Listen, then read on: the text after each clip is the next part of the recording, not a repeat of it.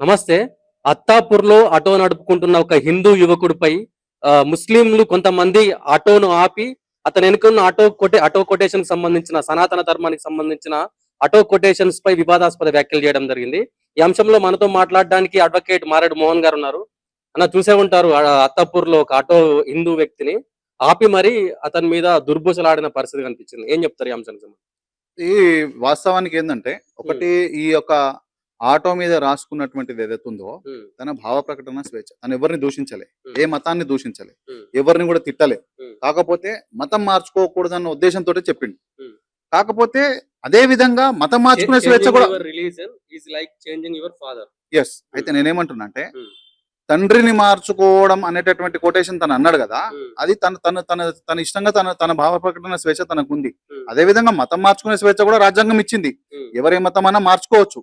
కానీ భావ ప్రకటన స్వేచ్ఛ కూడా అదే రాజ్యాంగం ఇచ్చింది గదా! హ్మ్. నేనేమంటున్నా అంటే ఈ మత మార్పిళ్ళనేది సక్రమమైన విధానంలో జరిగితే హ్మ్. ఎవడికి ఏ ఇబ్బంది ఉండదు. మత మార్పులనేటివి ప్రలోభాలు పెట్టడమో, ఇబ్బంది పెట్టి భయపెట్టడమో, హ్మ్. వాళ్ళపైన అట్రాసిటీ కేసులు పెడతామని చెప్పి భయపెట్టడమో, హ్మ్. ఇట్లాంటి ప్రక్రియలో మత మార్పులు జరుగుతున్నాయి. లవ్ జిహాద్ పేరుతోటి మత మార్పులు జరుగుతున్నాయి. హ్మ్. అనేక రకాలుగా మత మార్పులు జరుగుతున్నాయి కాబట్టి ఈ రకమైనటువంటి హ్మ్. ఎక్స్‌ప్రెషన్ ఈ రకమైనటువంటి భావ ప్రకటన అనేది చేయాల్సి వస్తుంది. హ్మ్. అంతే తప్ప ఇప్పుడు నేను అంటున్నా అక్కడ ముస్లింలు కొంతమంది ఆపి బెదిరించారు కదా. హ్మ్. నేను అంటున్నా ఇదే ముస్లింలకు సంబంధించి అల్లాయే అందరికి దేవుడు, అల్లాయే ఈ భూమికి సృష్టికర్త అంటారు కదా. హ్మ్. మరి అది అది ఇబ్బందికరమైనటువంటి విషయం కాదా? ఇప్పుడు మీ విశ్వాసము నువ్వు అందరికి ఎందుకు చెప్తున్నావు? మీరు నమాజ్ చేస్తారు పొద్దునుంచి సాయంత్రం వరకు 5 సార్లు నమాజ్ చేస్తారు. నమాజ్‌లో మీరు చెప్పేది ఏంది? కల్మా ఏం చెప్తున్నారు మీరు? అందరికి దేవుడు అల్లా అనే చెప్తురు కదా. హ్మ్. మరి నువ్వు ఎట్లా డిక్లేర్ చేస్తావు అందరికి దేవుడు అల్లా అని? హ్మ్. ఇప్పుడు మా విశ్వాసం మాకుంది కదా. మరి నువ్వెట్లా జనరలైజ్ చేసి నువ్వెట్లా చేస్తావు? హ్మ్. అది కూడా తప్పే కదా. ఇది ఇప్పుడు ఈ పిల్లోడు రాసిన తప్పైతే అది కూడా తప్పే కదా మరి. హ్మ్. మరి ఇది తప్పు కానప్పుడు అదెట్లా తప్పైతది? హ్మ్. అంటే ఎనీవన్ బోర్న్ ఇన్ ఎర్త్ హ్మ్. ఈస్ లైక్ హిందూ అని చెప్పేసి ఒకటి కొటేషన్ పెట్టిండు. యెస్. సో అంటే అది మత విద్వేషాలను రెచ్చగొట్టినట్టు కాదా? కాదు.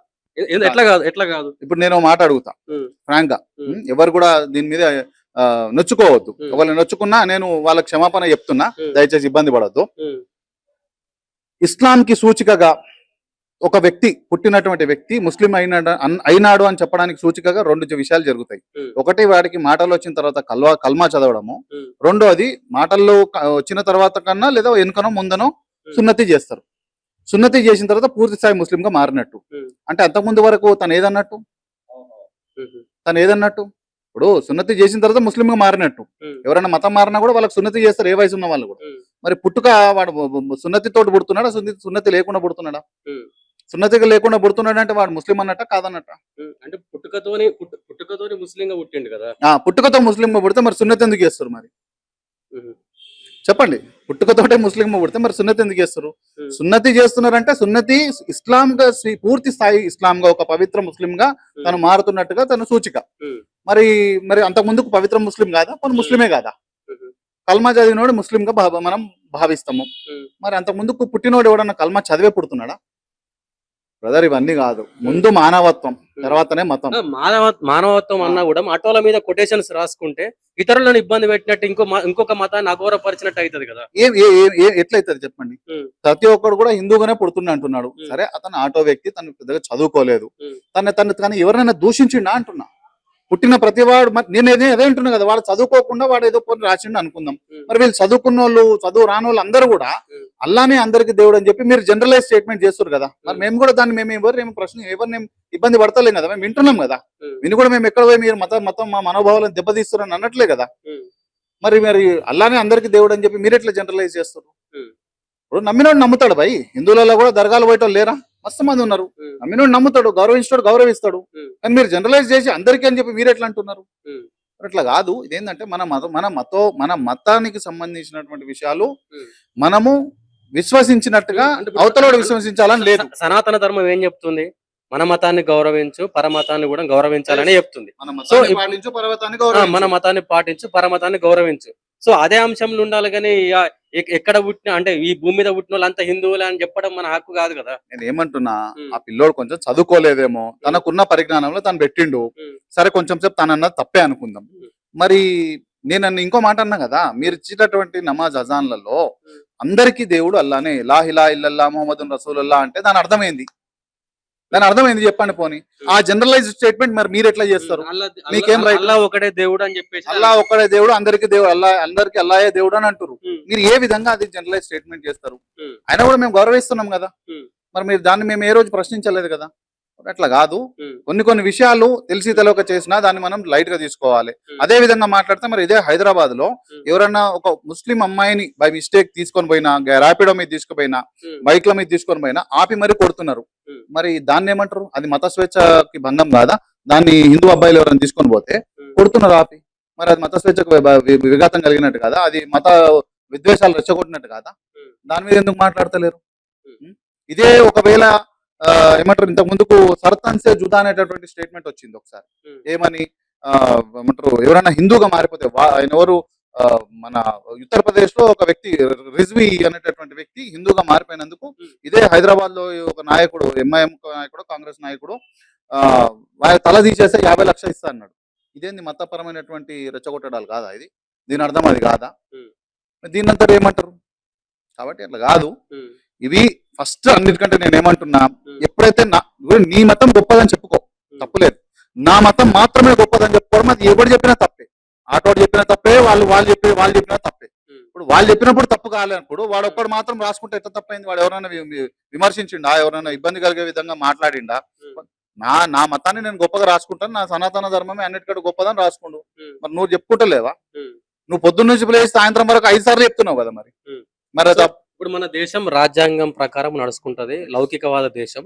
ఇప్పుడు అన్ని మతాల కలయిక దేశం. ఇక్కడ ఏ మతానికి సంబంధించిన వాళ్ళు మత విద్వేషాలు రెచ్చగొడుతారు అంటే మీ సమాధానం ఏంటి?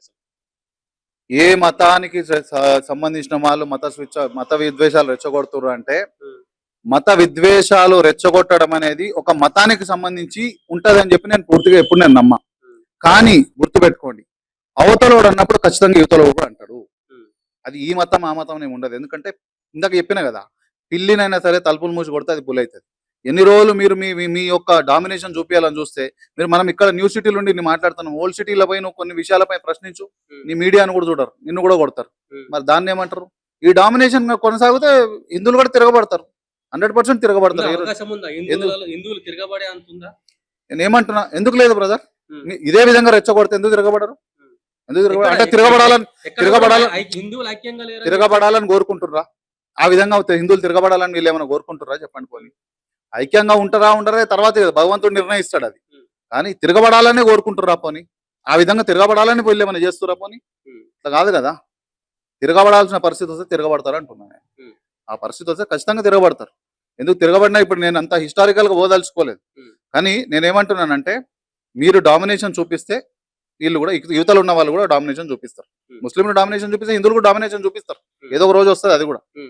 డామినేషన్ జరుగుతుందంటారా? 100% జరుగుతుంది. ముస్లింలు హిందువుల మీద డామినేషన్ జరుగుతుంది, చాలా చోట్ల జరుగుతుంది. చాలా గ్రౌండ్ లెవెల్ లో ఇది పెద్ద పెద్ద విషయాలలో కనిపించేమో, చిన్నగా బస్తీ స్థాయిలలో పోతే చాలా చోట్ల కనిపిస్తాయి.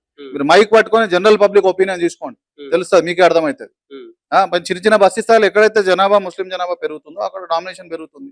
అక్కడ డామినేషన్ పెరిగి అనవసరమైన అకారణమైన కారణాల చేత హిందువుల మీద ఒత్తిడి చేయడము, హిందువుల మీద ఇబ్బంది పెట్టడం జరుగుతుంది. మత మార్పులు జరుగుతున్నాయి, లవ్ జిహాదులు జరుగుతున్నాయి. అకారణంగా చదువులేని పిల్లలు, కొంతమంది అమాయకులను, వాళ్ళను హిందూ యువకులను ముస్లింలకు మార్చడం జరుగుతున్నాయి. కొన్ని చోట్ల జరుగుతున్నాయి అంటలేను, అన్ని చోట్ల జరుగుతుందని జనరలైజ్ చేయలేను. కొన్ని చోట్ల కొంతమంది ఆ మతం పిచ్చెక్కిన వాళ్ళు చేస్తున్నారు. మంచి వాళ్ళు కూడా చాలా మంది ఉన్నారు, అందరితో పాటు కలిసి ముందుకు పోయే నా మిత్రులే మస్తు మంది ఉన్నారు, మంచి వాళ్ళు కూడా ఉన్నారు. కానీ కేవలం చూసుకుంటున్నారు కదా అని చెప్పి ఎంతసేపు దౌర్జన్యం చేసుకుంటా పోతే, నేను ఇదే చెప్తున్నా కదా, ఆటో మీద మీరు ప్రశ్నించారు, పొద్దున్న లేస్తే సాయంత్రం వరకు 5 సార్లు మీరు అంటారు కదా, దానికి సమాధానం ఏంది? ఇదే లవ్ జిహాద్ మీరు చేస్తున్నారు. కానీ మా పిల్లోడు బై మిస్టేక్ ర్యాపిడో ఎక్కించుకొని ఒకవేళ ఒక ముస్లిం అమ్మాయిని తీసుకొని నన్ను కాపీ కొడుతున్నారు. మరి దీన్ని ఏమంటారు? దీనికి కూడా సమాధానం చెప్పాలి కదా.